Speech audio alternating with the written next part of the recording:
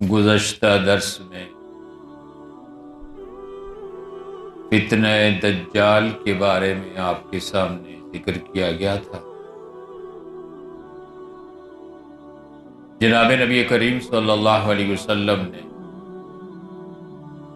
آدم علیہ السلام سے لے کر قیامت تک آنے والے فتنوں میں سب سے بڑا فتنہ دجال کے فتنے کو قرار دیا، اور حضور علیہ السلام چونکہ آپ کے دور میں، آپ کے بعد، قیامت سے پہلے فتنہ دجال نے رونما ہونا تھا، اس لیے آپ علیہ السلام نے بڑی تفصیل کے ساتھ امت کو دجالی فتنوں کے بارے میں آگاہ کیا، اور اس کے پاس جو حیرت انگیز طاقتیں اور قوتیں ہوں گی،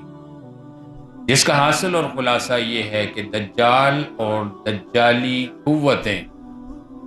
حقائق کو مسخ کریں گے، ہر چیز کی حقیقت کو مسخ کر کے لوگوں کے سامنے پیش کریں گے۔ دیکھنے والے کچھ دیکھیں گے، حقیقت میں وہ کچھ ہو۔ اسی ضمن کے اندر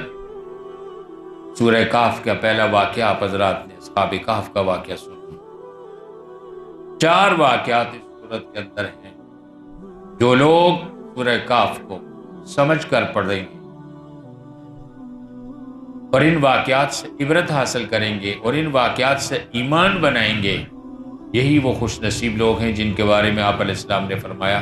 یہ لوگ دجال کے فتنے میں نہیں آئیں گے، اور نہ ہی دجال کا زور ایسے پر پڑے۔ پہلا واقعہ اس زمن میں اصحاب کہف کا تھا جو آپ سن چکے ہیں۔ دوسرا واقعہ 2 دوستوں کا ہے جو آج کی آیتوں میں ان میں ایک مالدار دوست تھا، جاگیردار تھا، اس کے بڑے قیمتی 2 باغ تھے۔ ان باغوں کا نقشہ اللہ تعالیٰ نے جو قرآن حکیم کے اندر کھینچا ہے،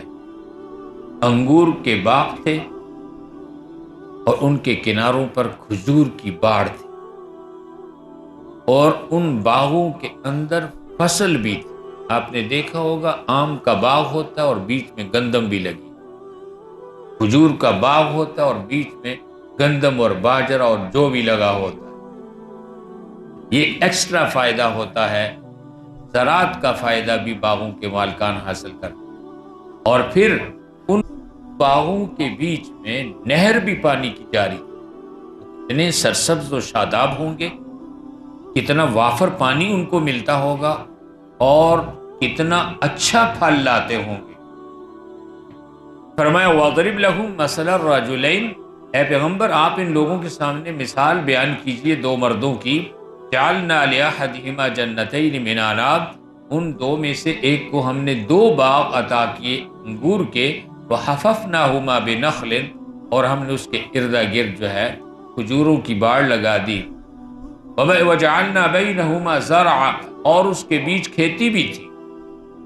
وہ باغ جب بھی پھل لاتے تھے کلتا الجنتین آتت اکلہا، یعنی جب بھی سیزن کا پھل آتا تھا ولم تظلم منہ شیئا، ہم اس میں کوئی کمی نہیں کرتے،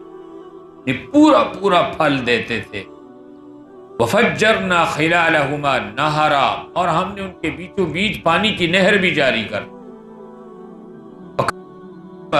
اور وہ خوب اس کو پھل دیتے تھے۔ فقال لصاحبہ وهو يخاورہ ان اکثر منک مالا واعز نفرا۔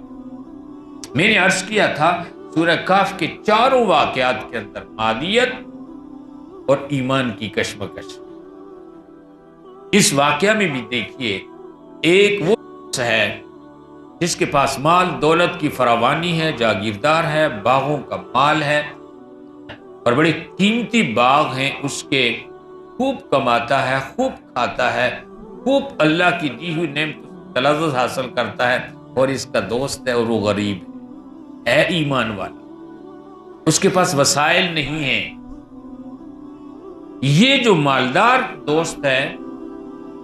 فقال لصاحبہ وهو يحاورہ، جب ان کی آپس میں بات چیت ہوتی ہے تو اپنے دوست سے کہتا ہے انا اکثر منک مالا واعز نفرا، اے میرے ساتھ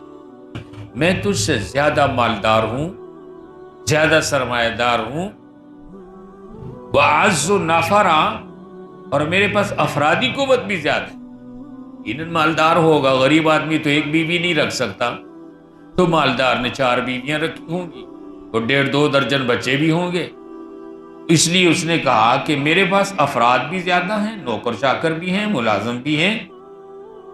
اور اس کے ساتھ ساتھ یہ کہ میرے پاس مال بھی زیادہ ہے.